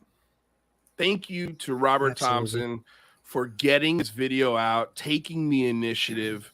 Thank you to Andy. I know you've caught a rash of shit over the last year, and he's a strong defender. Like I said, he almost took the story away from us. When he didn't like the way I was coming at him in that first interview, he was like, maybe this isn't the right match. Maybe the debrief isn't the right place for us. And Bob said flat out, it's the reason I went to Andy's, because he doesn't take any crap. And so one thing I'll give him. I had about an hour-long conversation with him a few days ago, and I told him my concerns were the exact same as yours, Chris, when it came to the rubber duck. But, I was like, I could see passion. And I could see how hurt, genuinely hurt he was by the reaction. He thought he was trying to do something good for the community, and it kind of blew up in his face. And like you said, Ryan, welcome to the UFO community. That's what they do to people. I got to be honest with you. I think that's part of the reason why more pilots don't come out, because they see what happens the second they say anything. And so I know that's why Chris Lato and Ryan Graves took some convincing to comment on this article, even though they looked at what we had and were like, shit, you guys do have something here. I think that's part, a big part of that concern. Ryan, I believe, has said, I don't want to become the UFO guy. These are guys who learned how to fly a fighter plane. I can only imagine what's involved there. And they're like, here I am talking about UFOs. So. Yeah, no, I mean, it's not easy. It's not easy to just come out and start talking, because you don't know. You're always afraid of the reaction to it. But I got to say, hats off to Andy, hats off to Robert Thompson. If I could kiss Robert Thompson on the cheek right now, I absolutely would. I don't know if he's got any presence online anywhere, but if he does, I don't think so. He even kind of said, that's why I went to Andy, because it was somebody he gravitated to. But I don't think Bob posts things or has any online presence. Right. I'm not following him on Twitter or anywhere. I mean, I don't think I tried looking for him. It is not easy. I've got people also looking for him for me, and it's not. And I think that's significant due to, again, like I was saying, like the age and the era he comes from is like, this is a nuts and bolts guy. This isn't a guy, hanging out on UFO Twitter looking at videos, I guarantee you, which is something I do all the damn time. Right. Well, I mean, even reaching out to Andy on Instagram, I doubt Bob has an Instagram, so he was definitely using like a granddaughter or something. Yeah, I would assume Andy can speak to that when I talk to him on Monday. But yeah, like I'm sure it wasn't, none of this was easy for Bob, and that's again why I respect. Same. If I could hug the dude and shake his hand and say thank you, I would. So if he's watching this, Andy, if you want to relay this message to him, thank you. No matter what criticism we have of the video itself, the fact that Bob came to you and did this, thank you to both of you for, I think, doing the field more of a service than a disservice. And I know a lot of people are going to disagree with that, but this is just the beginning of this story. How could you be upset with a Department of Homeland Security officer coming out and telling you, hey, we've been filming weird shit, and here's a couple of things was able to get out? You have to be extremely entitled to be upset about that. Extremely entitled. And I think, and you're probably managing your expectations very poorly. But what were you going to say, Chris? Exactly. I was just going to say, and I think the most important point here, and I think you guys just both kind of hit it, is throughout my life, I've waited for these whistleblowers, right? Like forever. When the day after Roswell came out, like Colonel Corso, right? Like I read the book and my ultimate conclusion was not a positive one. I'm ultimately not sold on that book. Same with Bob Lazar. I remember when his story first came out and we were like, this is a pre-internet era. And we're like, here it is. The guy that worked at Area 51 that's finally given us the goods. And as time has gone on, I've become very disenchanted with his story as well. Right. And there was a period of time where it was like, are we going to have any whistleblowers? Are we going to have anyone come out? And that's why I think that Luis Elizondo was such a big story. And I know there's, criticisms about his, I don't know what his role, I don't know. Sometimes I don't understand the criticisms about Lou, but I know there's concerns and criticisms about his veracity. Like I said, I just haven't followed it that much, but I know there's concerns. Did he really work at this program, or did he really have this title, or did he really whatever? I don't think you file, IG complaints with all the details if you really didn't work there, right? But I'm kind of with you on that. Like I think, I don't think you start government actions. Well, there's a couple within the government as a former government employee if you didn't really work there, right? But, I will tell you, just because I have been following this, only because I was part of this. The actions are confusing. The words sometimes are very muddled and hard to decipher. What are we trying to get accomplished here? And some of the behavior doesn't fit the person who's what is the main, I know we're trying to finish the show here, Luis, the main what is the main issue since I got you here? I mean, the main issues are a lot of things that are said are contradictory of each other depending on what show you're on. And then on top of that, you throw in, there was sock puppet accounts and alternate accounts where we were stoking the fires of division instead of trying to bring people together. That's everything summed up as quickly as I can into one short thing. So, but even with all of those things that have happened, and of course, a list of people who he may or may not think are felons and mentally unstable and yada, yada, yada. Even with all of those things said, if he's lying, first of all, I'd love to know what do you think the motivation for him lying is? Like, give me a reason, which most people can't. And if your answer is some weird, nefarious intelligence community plot, you can kick rocks with that theory. Well, but even if that is it, he's gotten to a point now where he's convinced senators and lawmakers to write laws, budget money, and has made, if this is all bullshit, he's just made a whole bunch of lawmakers look really stupid, which means he's going to get in trouble. He's not testifying alone. He's not in giving briefings to lawmakers by himself with an iPad. Am I putting a nail in the coffin on one thing or the other of what Lou Elizondo is or isn't? No, I still think time is the only thing that's going to be able to tell. And once the dust settles, then we can say, okay, here's the history. This is what we know. This is how he fit into the story. And these are the reasons why he did A, B, C, D, E, and F. And then we can come to a conclusion of, okay, that was good for the community or it wasn't. Right now, I think with all of the movement, especially that's happened just this month, we could point to him and a few other folks and say, damn, that was amazing. Like, look where we're at. And I even with that, I still have a lot of questions that I don't have answered that leave me unsettled. But I can look at my focus right now is the congressional movement, what is happening in Congress, how literally we are seeing the stigma of this melt away, and at the same time seeing our lawmakers take this seriously is something I've wanted my whole life. And in 10 years, when I look back at these moments, I'm going to say, well, shit, at least I tried everything within my human power to do something, as opposed to just bitch and complain and moan and say this is fake and this isn't good enough. And this whole entitlement that we think we're owed stuff, and we're not. Like, we're not. You got to get up off your ass. You got to put the boots on the ground, go do your own investigation, or you could join me in what I'm doing and get off your ass and call Congress, email them, tweet them.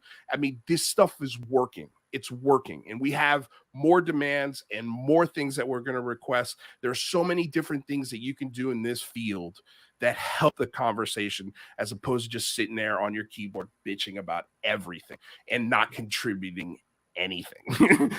So that's my sort of view on Lou and this whole thing. Like, let me ask you this, only Luis. time will tell.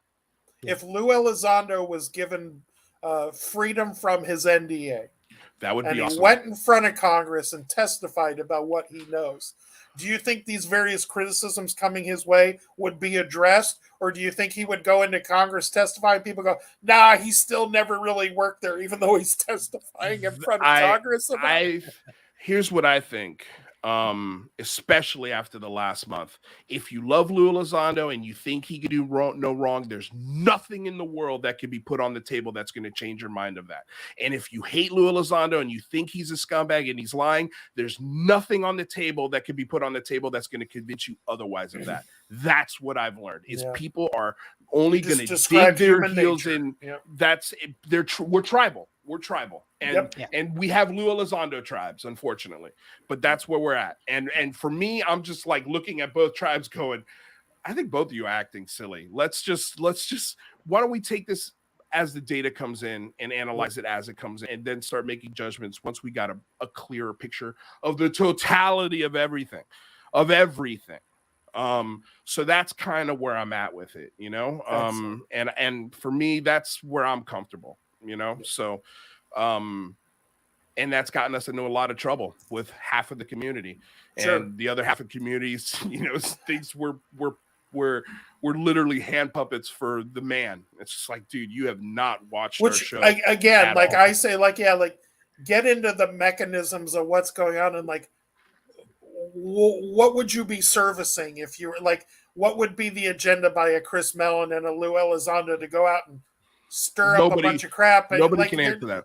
I just don't see. It's weird for me. That's where I try and get into what is the motivation? In the law, my wife's a lawyer. They say, what is the mens rea, the criminal intent? And I have a hard time coming up with anything for Lou other than him just being what he's more or less said. I don't know that I'm fully sold on him or believe everything he says or whatever, but he's not. You shouldn't believe anybody in a way. Forget about somebody's words, just their actions. Just not behaving in a way of somebody who didn't do what he said he did. Bob Lazar, guys like that, they become evasive. They shrink into the background. You hear a thing here or there.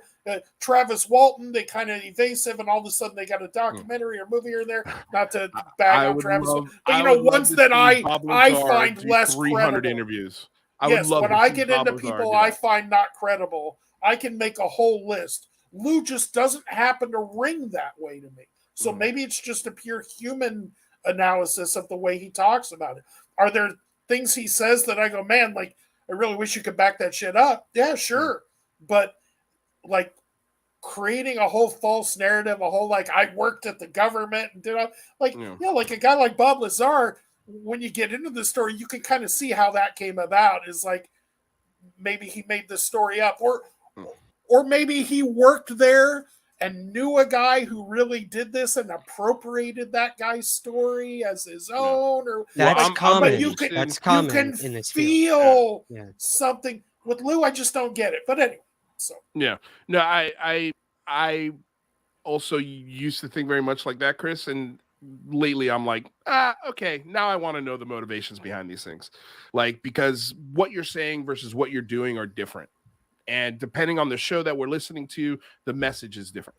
One show we're bashing the alien iconography and the entertainment aspect of these things, and the monetization and the questions that are being asked, and then next week we're doing Linda Moulton House show, and it's like, wait a second, like this is strange, like this is weird. But anyway, I don't want to get into that, but I was just curious what it was. I see it on Twitter. I'll bounce it for a few minutes, see a lot of heat going on, and then I go, point is, I can't get to the crux of what people are mad about here. Well, the point is, you shouldn't trust anyone, right? Yeah. You should just trust the data and the information that turns out to be fact. Don't trust me. Don't trust Sprague. Don't trust the Debrief. Don't trust anybody. I do trust Ryan. I gotta. Well, I do trust Ryan. That's true. But I'm saying, like, think for yourself. Think for yourself. Yeah.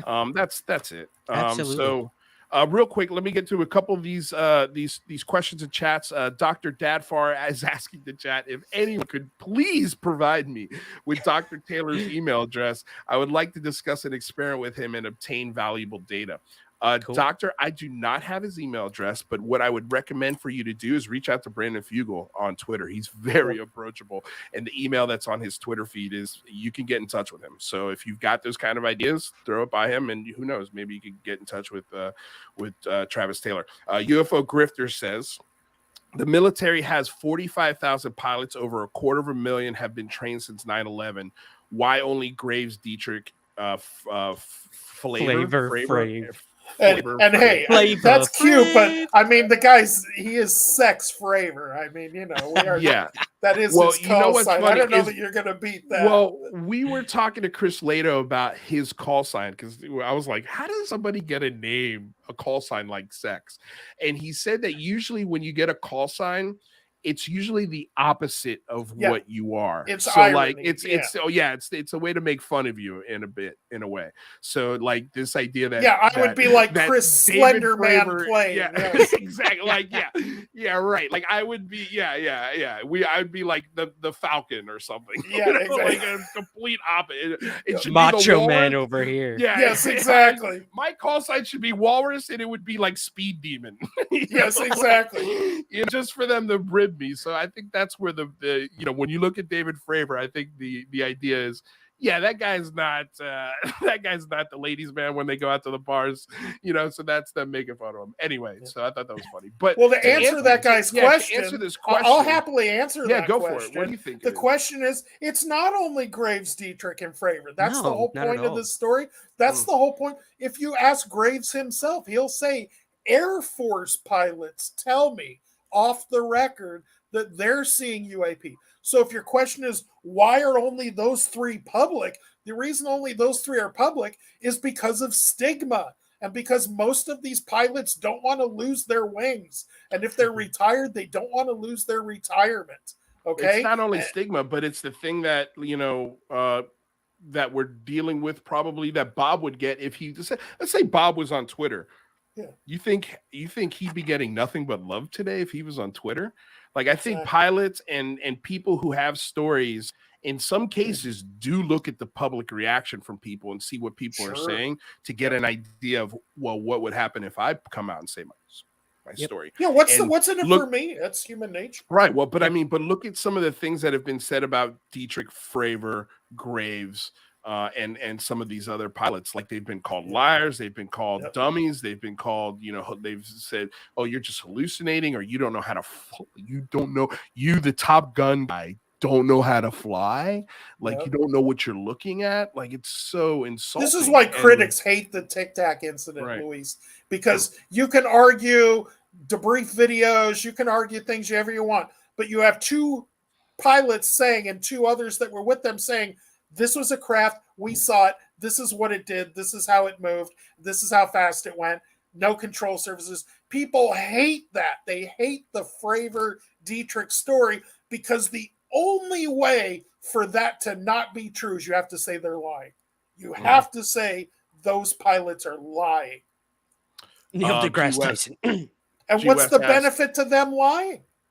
Again, what's in it for Dietrich? What's in it for absolutely nothing? You know, nothing. I mean, look, there's only two motivations I can think of, and I'll get these in quick. The first is that it's just U.S. top secret tech that they're just trying to put a cover stories of people who are talking about UFOs instead of the brand new plane that the United States is flying. Or B, I really do believe that part of the reason why we're getting the movement we are on Capitol Hill is we do have a very real swarm drone issue. And this is a great way to hide or cover up or get attention away from the fact that the Air Force has screwed this up royally. And there's such a huge hole in our defense system, and they'd rather have us talking about UFOs than talking about the huge hole in our national defense system that the Air Force created because they stigmatized UFOs too much. Yep. And because of all of the bullshit, nasty stuff they've done in the last 60 years to pilots and personnel because they've tried to report something is created the problem we have today. So I really, and like, those are the only two motivations. And in my opinion, if the UFO community has a hand in preventing a terrorist attack through a swarm drone, huge win. Huge win. And again, we're talking about drone swarms. That's not what we're looking for. Bullshit. Like, if we have a hand in saving American lives, people are going to look at this community a little differently than they would in years previous. So, and again, we're talking about drone swarms, swarm drones that move in insane ways on radar, and that every time we send a fighter plane up to get to them, the guys can't catch up to them. So even if a fighter plane just can't maneuver around a drone because the slowest the plane can go is 600 miles an hour, and these drones are doing what, 40?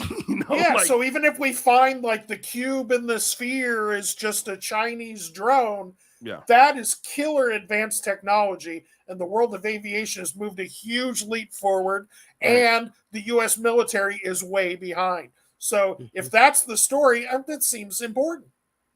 I'll just also say, if you've got a car, go to your local freeway or an empty road and tie a balloon onto the side of the road, and then drive by that balloon at 100 miles per hour. And then come back and tell me that that's feasible for F-16 pilots to get a proper read on these things that are standing still in 15 knot winds. So just try that experiment for yourself, and you'll see, it's pretty hard to get a good look at those things. But anyway, G West says, do you think Lou will be called in to testify before or after his book release? That's a good question. I'm looking forward to reading his book. I'll tell you that. Yeah, I want the book to come out first. Is that a swipe at him about making money, or is that just a legit No. I don't think it's a legit question. I hope the book comes out first, honestly, because again, anything that the government has given us in the past few years is because they were backed into a corner, because things were leaked. Military witnesses were pissed off, and they leaked shit, and that's what this field is. Elizondo does not promote leaks, but he said it is a natural process of our system. When people are mad enough and the government is not being transparent, that's when you're going to get leaks. So I think whatever he puts in this book, it's gonna piss some people off, both on the congressional floor and probably in the departments he worked with. And I would rather he get the book out first and then testify. I think that would be to everyone's benefit, to be honest. Yeah. Personally. I don't really care which one. Yeah. I know that when we do the Big Phone Home 3, one of the things that we will be asking for, if it hasn't happened at that point, is for Lou to testify. I want Lou, Christopher Mellon, to testify on Capitol Hill in a public setting and maybe even in a private setting. Like, I'd love to see that, because I think there's some questions that I know a lot of people want answered. And it would be very helpful to add clarity to this whole discussion. But yes, Chris. Yeah. I can tell you, for me, I think that's critical. I think we've reached a point and I said this on an interview on your show a couple of months ago, but I think Lou and Chris Mellon have painted around the edges as close to what they can talk about. And there's this box of stuff that they can't talk about, right? Videos, craft, whatever it is. And in that box is what made Chris Mellon and Luis Elizondo essentially say, yeah, it's kind of feeling like it might be aliens. Now, I know that's not always the exact words. I think Mellon said it's the explanation that best fits the evidence. But in a previous interview with Chrissy a week earlier, he had said, I don't really have an opinion. But when he was coerced into it and said, again, but he and Luis are basing that on 23-minute video, if it exists or not, photos, triangle photo, whatever, things we're hearing about. And I've said it before, I think because of that, we're now at a point where that either tips over or it doesn't. Either Luis is put in a position and Chris Mellon is put in a position where they can say, here's the photo I saw. Here's the video I saw. Here it is. Whatever that is. Here's the debris I may or may not have dealt with. Or here's the thing that really seems to be gaining a little momentum, and Leslie Kane mentioned it lately about crash retrievals again, is this feeling that it's very possible Reed and Elizondo and their group found where the debris is and said, we need these government approvals so we can look at it, either make us an SAP or give us access to that program. And they were denied that access. And I think that's what was testified to in these private hearings. I think that's what Eric Davis testified to, was that we found it, Lockheed or whoever has it. We haven't physically put hands on it, but we've been able to dig through the mud of the last 70 years and find out where some of this debris is. Let us go look at it. And they were told no. And I think that's been a big driving force for Elizondo from day one, was that he and Mellon and Reed, all guys that are used to, especially guys like Mellon and Reed, are used to being able to go through the door they want to go through, right? They're used to being able to get in the military VIP room and see the film and see the things that people can't get. And all of a sudden there was a room they couldn't get into and something they couldn't look at. And so even Tim McMillan, somebody on Twitter the other day, said something about crash retrievals, and Tim replied to them and says, it's starting to feel like that's where this is going. So, so who would I think that's the critical now? point of having Luis Elizondo have his NDA lifted and have him be able to talk in front of Congress and have him say what I think he would say, which is, I've seen these pictures, I've seen these videos, and I know where the debris is, but I've been kept away from it. Would the new program have possession of those debris, those materials? The new UAPTF? Or the Army? I mean, again, the stuff that TTSA got is now back in the hands of the Army. These things are so cyclical. Like, these materials get out to the public and they always find their way back to the military. That thing with the TTSA debris and somebody's working on a scientific peer-reviewed paper on that and everything, I'm not sure about. Like, I've tried to feel out where that's coming from and what the story is. And what I keep getting is, wait till they put their peer-reviewed paper out, that there's this big scientific paper about that. I think what I'm talking about is more what's in the Wilson Davis document, memo, whatever you want, which is the idea of some legacy, some material that's been in possession, whether it's from Roswell or from the 60s or before Roswell, whatever it is, that there's some older legacy material, maybe even a full craft or a part of a craft that has been tried to be reverse engineered unsuccessfully. I think what you're talking about, Ryan, is actual physical debris. Now, whether or not somebody in one of these instances grabbed a piece and stuck it in their pocket, and it's a piece of this bigger debris, or somebody who worked at Lockheed Martin that were one of these places that when analyzing it grabbed a piece and worked its way out to these private people to be studied, because that's human nature. I think that's why all these secrets ultimately come out, is because we just can't keep them. We're not in a World War II mindset. So I think ultimately all this stuff comes out anyways. But yeah, I think that's the next big interesting conversation. And I think that's what Lou's really dying to talk about. No, again, whether or not he's BS, whether it's all crap, he's making it all up, I don't know. But the story that's been put out consistently from him, lawmakers will find out soon if it's bullshit. Yeah, the people that are being briefed on it, that seems to be, and that's what Leslie Kane said in an interview the other day, that like when she was doing all the background for the New York Times story, they weren't able to completely go with it. But everyone's talking around background, all the sources are like, yeah, there's some legs to this debris thing. So. Well, I would love to see someone from the Air Force called into a hearing, and someone from the Department of Energy. The Department of Energy, I think, is holding the key to a lot of things, especially like, and again, if the UFO community has a hand in revealing special access programs that have been obfuscating the United States, three branches of government and congressional approval, and has siphoned, let's say, trillions or even billions of dollars out of the American taxpayer over 2 or 3 decades, that is a huge win for the community. Huge win for the community, because we just saved the taxpayers going forward probably trillions and trillions of dollars. So you either believe in America or you don't. You either believe America is of, by, and for the people, or if it's not. And if this is a country of, by, and for the people, then if there's material, it's ours. It's not some cadre within the military. It's not some secret intelligence organization. If that stuff exists and that's held somewhere, that's your material, Luis. That's yours, right? And that's mine. We own that. We're Americans. I pay my taxes. So. Right. Unless, of Matthew course, Ryan big time in well, he says, play just big time the world with some UFOs.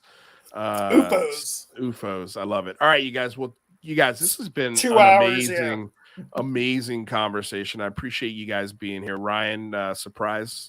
Thank you for being here, dude. I'm glad you texted me this morning. Yeah, dude, glad you showed up, Ryan. That was awesome. It worked out perfectly. So you guys, starting at noon, I'm going to be on Chris Lato's channel hosting a NFT balloon launch. So come hang out with us for that.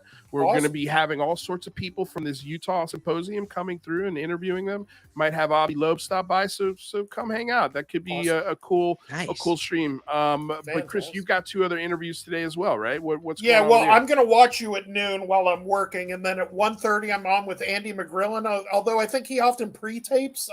I think he is doing something live in the UK, actually. So I'll be on with him around 1:30. Cool. And then at 3 o'clock, I'm going to be on with Christina Gomez over on her Paradigm Shifts channel. And and then on Sunday, I'm going to be on UK Talk TV UK on the television over there on the Howard Hughes show. So. Oh, right. Nice. Ryan. Yeah, I've been on TV over there before talking about the Navy laser. It was really neat. So it was fun to have a clip, like it's like you're watching CNN or news, and then all of a sudden he's like, "Next up is Christopher Blaine." Hey, that's me. Hey, so much better with that British accent. Now you can start a reel, man. Yeah. You can officially start a reel. I can do voiceover. There you go. What do you got coming up, Sprague? Oh, so I mean, appropriate for what we talked about today, I will have Andy and my UAP discussion on the show Monday. We're going to do 2 p.m. Eastern Standard Time. And Lou will be joining me as well. Thanks, man. I appreciate that. Chris, you are more than welcome to hop on with us as well if you'd like. Putting you on the spot there. But yeah, let's hear his side of all this. I mean, I think that's a holiday, important. Right? It is a holiday, so you might have to wait on the barbecue. Shoot me a DM with the time and everything, but I would love to do it, Ryan. That sounds like great fun. Even if I popped in for the last hour or something. I would love that. Yeah, so we'll have fun. 2 p.m. Talk about the video, talk about his process, how he found Bob, all that good stuff, and we'll get listener questions. Let's go there. Like, he's willing to talk about it. And again, thank you to him. Thank you to Bob. Thank you to Chris. Thank you to everyone who put this story out. It's going to have us talking. There's more to come, I'm sure. Again, Oh, yeah. Two more just came out videos today, according to guys. there's 2 more videos out there according to Yep. Christopher Plain. Said You it. know? So, He said it. So I mean, like, can I ask you, I said what? are they from the same source? Are they from Robert? I didn't say that. I said that leads come to us with potentially more. Got it. I got to be careful here. I don't have any videos in my hand. Nobody showed me any more videos. I'm not a. But part of me hates getting you in trouble, but part of me loves it. Oh no, and I don't.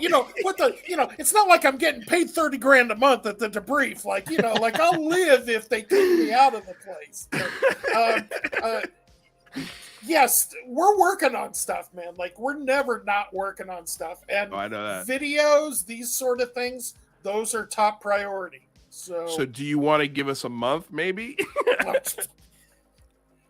I don't. I mean, really, I don't. There's not even anything that's that close to. I just know that because of this process, leads have come to us that may include more videos, and we're following up on them. So let me put it that way: we're following up on leads, but nothing's locked in, nothing's real yet. Right on. Christopher Plain, thank you so much, man. Great article, wonderful day. Thank you for spending the time with us, Ryan Sprague. Wonderful day, even better when you're around. So thanks for hanging out with us, dude. Until next time, you guys. Again, I'll be on Chris Leto's channel about an hour, and then we've got shows coming next week. So don't forget to like, share, subscribe. Thank you to everyone in the chat. Thank you for the questions. Thank you to the moderators. Thank you to Das Tapes. Thank you to Ryan. Thank you to Christopher. I'll have everybody's link, including the link to the article, in the description below. So please go check that out. And that's it. Have a wonderful day. Awesome. Enjoy the weekend, and we'll see y'all later. Peace.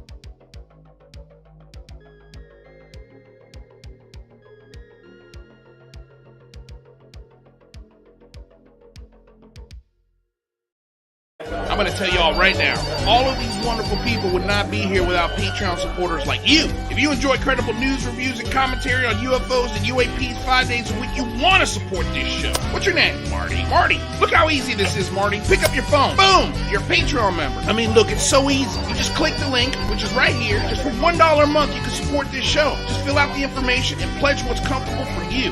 It could be $1, $5, $10, or who knows. Just support.